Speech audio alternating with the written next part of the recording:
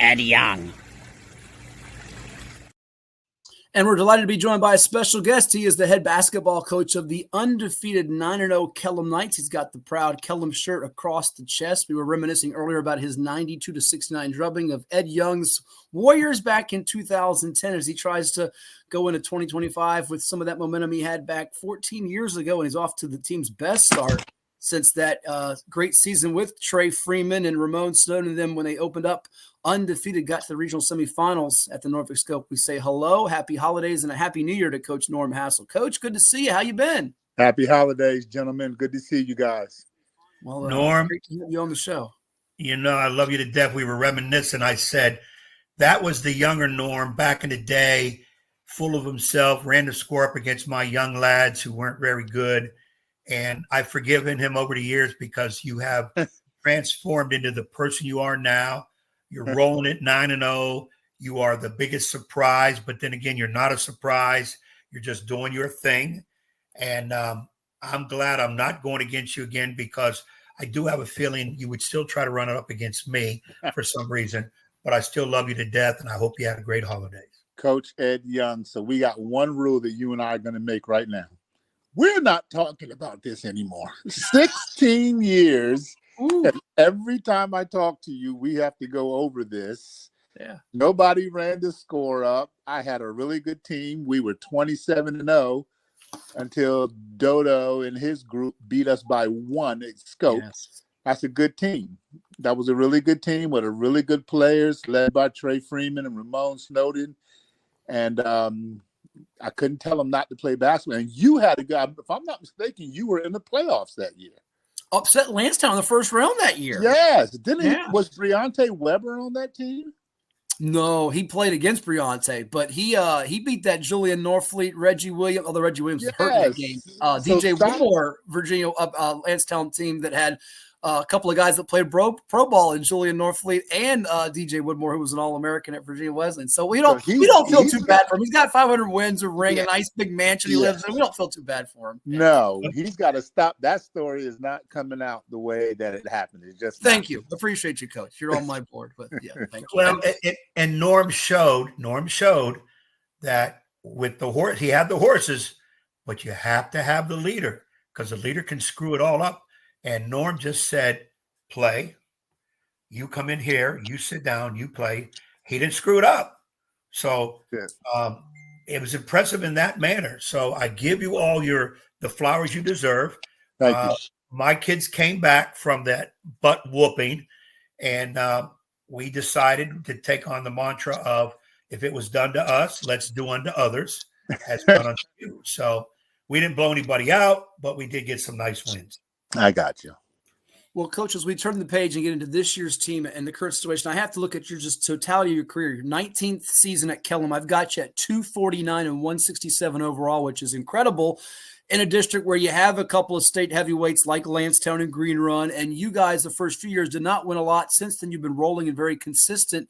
What do you chalk up the success to? Because I know obviously goals of winning region state titles are still there for you. And this team could maybe be that team that breaks through that door, but you've got to be proud of what you guys have been in terms of a model of consistency and doing it the right way and going about your business.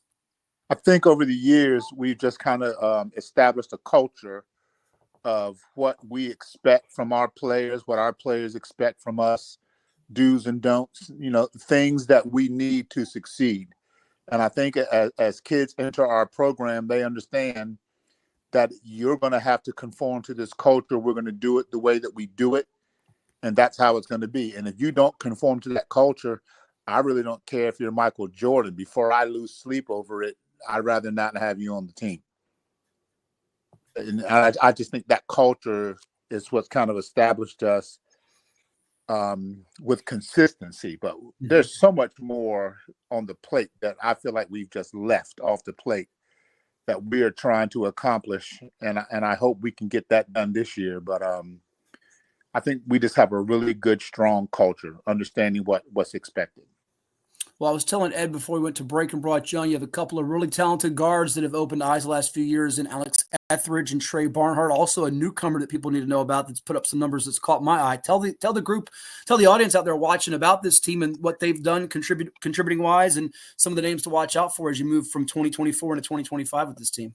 This is a special team. You know, I told my coaches when I first got back late October, I said to them, I just feel something, like something feels different. Like I just felt how locked in they were. I didn't have a lot of instruction. When I did say something, they did it right away. I almost felt like they felt sorry for me, so they were going to lock in. That was my initial feeling. Yeah, I got players. Of course, Alex is my senior. This man is walking around. He's averaging 12, 8, and 7. He is almost averaging a triple-double. If he wanted to, he could drop 25, 30 points a game. But he understands that if his teammates are involved, we are better as a unit.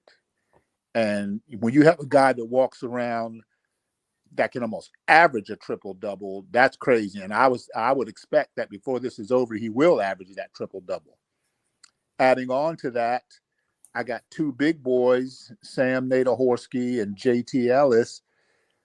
Sam is averaging 16 and 7, and he's kind of, he played JV for me for 2 years, so he's not new to us, but he just really put on 45 pounds. He's a hardworking kid. He understands the game. He's just completely, like, even right before my own eyes, just become a really good player. And a lot of it is because of JT, if I'm being honest. JT is a space eater. And when JT is eating up that space, you have to pay attention to him. And that frees up room for Sam to maneuver. So you got to kind of pick and choose which one you're going to pay the most attention to. And people have chosen to pay that kind of attention to JT, almost because you have to, because he's averaging 9 and 8. He's almost averaging a double-double. So you got to pick and choose. And it just really presents a problem for a lot of teams. And while I'm talking about these two big guys that are almost averaging double-doubles, and Alex, who everybody knows, my leading scorer is Trey Barnhart, sophomore, one of the best sophomores in the state of Virginia, averaging 16 points a game, shooting 48% from three-point range and 59% from two-point range. So the problem is, me and Dwight always talk about cutting the head off of a snake. Well, yeah, I don't know if you can cut all the heads off of this snake because we have a lot of different places to go, and it's become difficult. But it's a long way to go. I certainly would not be we don't have plans to order T-shirts yet or anything like that.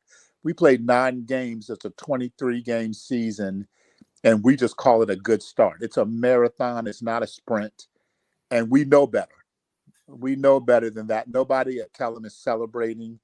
We know that when we walk in the gym, there's no team that we play that when we walk in the gym, they think that they're not going to win. When we walk in the gym, everybody looks at us and goes, oh, we've beaten them. We've seen that this year already. We've seen the looks on people's faces just when we walk in. So we getting this done. I know we're going to get this done. It hasn't happened yet, but being undefeated is not one of our goals. But nobody is walking around thinking they're going to lose to us. It's just not a thing, It's just not what happened. And the reason, to answer your first question, that I think this is happening, these kids get in a huddle. They've been playing together since they were in 6th grade.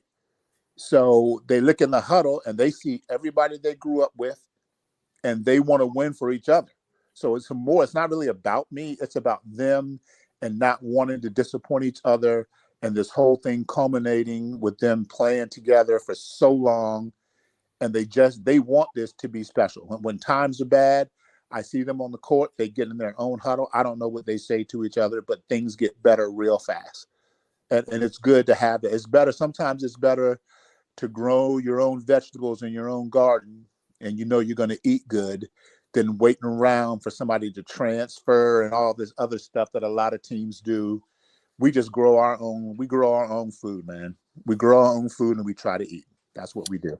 Well, it's great what you said. Is I'll bring Ed back in here, Coach. Is that Ed? I was watching last night on the NFHS Network, Alta Vista in Middlesex, in the Joe Ellis Holiday Tournament at Surrey, and Alta Vista is a school that, of course, won state championships in football and basketball before. Juan Thornhill played there now with the NFL's Cleveland Browns. They don't have a Juan Thornhill this year, but they have 22 assists on their first 31 baskets, and they blew out a Middlesex team we had ranked number 5 in the state. But watching them reminded me a lot of how I watched Kellam. They share the ball, they make the extra pass, and that chemistry and cohesiveness was there, which I know, Ed, you having watched them and even played them before in the past, you notice that every time you play them, even if there is an athletic disadvantage against a certain opponent, you don't always see it because of the way they function as a team. Well, and I've not got a chance to see you guys play this year. I'm very anxious to get out, see you play. I've seen probably about 14 high school games and about 6 college games. I'm getting. He's seen more than me, Coach. He's seen more than me not coaching this year. I'm trying to get my fix because not coaching is absolutely killing me, and I will be back on somebody's sideline next year somehow, some way. I love it because it's killing me to be out there. But I'm watching the game in a different manner now. Where before I'd watch Kellam because I got to play Kellam, so I'm scouting Kellam for signal signs, things they do. Now I'm watching as a coach, what would I do? Okay, he's going to do this. Here's how I'm going to do that. I'm going to make my adjustments from the stands. I'm doing this. I'm doing this. I'm doing this. In watching your teams in the past, and I've said this to many people when they say, man, how come Kellam's undefeated? They don't have anybody known. I said, when did you really know Kellam has anybody known other than the guy running the whole show? I said, Kellam is one of the programs, and you already said it when you came in on your introduction. This is how we do things. This is how you can fit in. Now, what you going to do? Because you're not going to upset the apple cart. Because you're one of the very few coaches out there that can say it and then live it. Too many younger guys in the business now, and I want your perspective on this. They get a stud kid, and the stud kid pretty much can do what he wants because they don't want to lose him in this day and age of transfer on a whim real quick. And I was one of those guys that said, I don't give a dang where you go. You can go wherever you want, but this is how we're going to do it here. But if you do go, make sure you do correctly because I'm going to be on your butt the whole way through. A lot of coaches don't do that. They'll cater to the stud because they don't want to lose them. And then you'll get coaches dipping into the high school portal, which we've had forever. I need a point guard. Well, why don't you train your JV? No, I need to win now. I don't have time for all that. Aren't you a coach? Don't you teach? You're one of those guys, and I'm not just trying to throw flowers all over you, Norm, but you know how I feel about how you run your program. You're a guy that's been able to say, this is how we're going to do it. Here's how you can fit in because we can use you, but if not, we got somebody else. And you've been able to get away with that. And I admire that about your program. So in that idea and in that realm, how do you get away with it in today's age with today's type kid? Is it just the Kellam kid is a little different? And your perspective on some coaches I'll say the younger side, I ain't going to mention names, feel that they have to use the recruiting tool to get their kids?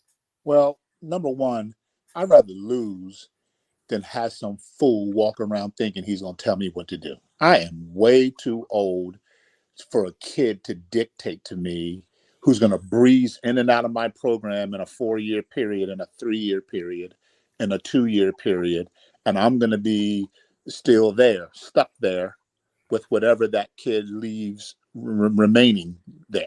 So I'm never going to let somebody breeze into my program after being in this program 19 years as the head coach, 23 years total, and some kid's going to breeze in and dictate to me what he's going to do because he's good. I'd rather lose. And I just stick to that. Secondly, I think it works because I realize as a teacher, that's what we're doing on the basketball court. We're teaching. I try to bring my classroom to the court, and I try to be a teacher first because, not doing something right, the first thing you got to try to discover is, well, do they not understand? And if they don't understand, then I got to find a better way to teach that. If they do understand, well, then it can get ugly. I've been known to be ugly once or twice, but I'm sure my kids are laughing at that right now. But so sometimes you do, but if you're just going to be a fool all the time, if we as coaches are just going to be hollering and screaming all the time, that doesn't work. Like the old school kids could take that. Like Trey's group, I could go off 24/7 and it would make them better. today's kid doesn't really respond to that. They just look at you like, this guy is not, like, what is he so angry about? So I try not to use that. I just try to appeal to my kids' intellect. I got a bunch of intellects on my team that if you break it down to them, they understand. And if not, you hit them with the Bobby Knight stuff. Put that butt on the bench. Something about your butt hitting the bench goes to your brain and changes everything. Because no matter what, you could run them, you could be mad, you could not speak to them. But when they sit on that bench, when they know they should be playing, that's a game changer. Now they're thinking, okay, I need to get in this game and I need to do whatever I need to do to get in this game and stay in this game. It's a great point as we talk with Norman Hassell, head basketball coach of the 9-0 Kellam Knights, our guest here on 757 Saturday Sports Talk on CoVA Sports TV. Knights are back in action in the new year. First game, I think, Coach, January 7th at Salem. Is that correct? When you open up? That is correct. At Salem. There you go. Ed might get a chance to mosey on over there for that one. That's a good one. It's going to be tough. I mean, this is not easy. No. I don't care what our record is right now. No one cares. I mean, but quickly though, 39% of the way done the journey to get the number one seed, if you get that opportunity, that would be big, right? To better position yourself for possibly a state run in Region 5A, which is no picnic. Absolutely. Just to be at home. I believe we're the host this year when we get to a certain level. Just no matter who it was going to be, we're hosting this year. Right. So it would be nice to get the additional home games to have a number one seat. That is one of our goals, is to get that host and have that seat.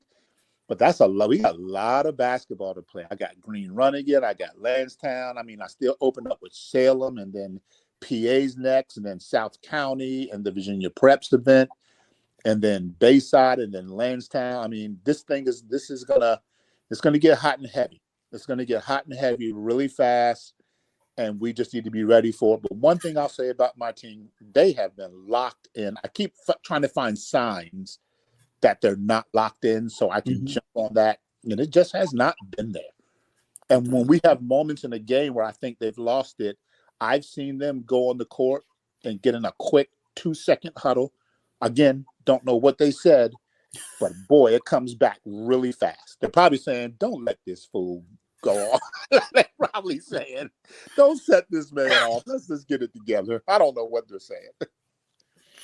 Well, a couple of things. I'll work backwards. I know what they're saying, and you kind of hit it. You know how this guy can make practice real hard. So let's fix it now so he's happy, because when a happy Norm is a good sight. I've seen it. And I used to ask his kids in warm-ups, hey, what's it like when Coach Hassell gets mad in practice? And they just give me the eyes real big, like, we ain't going to say nothing. So, and I remember telling one of the youngsters, this was years and years ago, I said, the next time he goes off in practice, just say, hey, Coach, we're youngsters. We'll get it. Can you take us to Burger King? Something of that, man. And the kid just did this. He just shook his head like this. I ain't saying that to him. So, but Norm, you went over your schedule and you just gave a team in your conference bulletin board material. You never mentioned him. Look at him start stuff. And I'm going to text the youngster and say, your own coach mentioned everybody that's coming up except one team, the Kempsville Chiefs under Trey Freeman's direction. All right, let's fix How do you feel about that? Right, play him twice, right? You play him twice, right? First and foremost, I mentioned the next 5 games in a row. Trey is down the line. He's later in January. That's true. I feel good. I think Trey is going to be great over there. He took Josh Talbert with him. He took my own son, who is his JV coach. Wow. So I told them all, they were all like, listen, we're over here. I'm like, you guys are all dead to me, number one. So we're not talking to any of you guys anymore. So, but he's got a great staff, and I know they're going to get it together. And I'm just messing because Trey was over here Christmas Day. We had a good time. And I just told him, keep your head up. He had a tough week, but he played Green Run Tuesday, Lansdowne Friday, Oscar Smith Saturday. I said, you cannot do that and then try to evaluate like your whole life after that. Like, that's tough. Those are 3 of the top teams in this whole area. It's not time to be upset. And, but he's just got to get his kids on board. It takes time to establish a culture, and he's got to then he's going to be great when those kids start buying in and understand that he knows what he's doing. Obviously, with my son as the JV coach, he's going to get those kids coached up right, and they're going to get fed to him like my coaches feed me my JV kids. I got a great JV coach. My coaching staff is number one with Aaron McCoy, Tommy Diatley, Justin Baird, and my man Nate. Those guys coach up my JV kids. They coach up my varsity kids. They take a lot of pressure off me. Having a good staff is everything. They take tons of pressure off of me, especially nowadays where I can't be as excited as I'd like to be sometimes. They are awesome people. Excuse my dog in the background. He's crazy.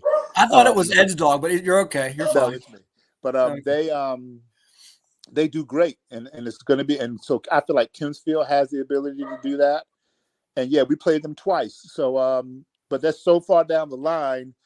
I'm not sweating it right now. I got to get through because I start looking at that. The next thing you know, we've lost 5 games before we got there.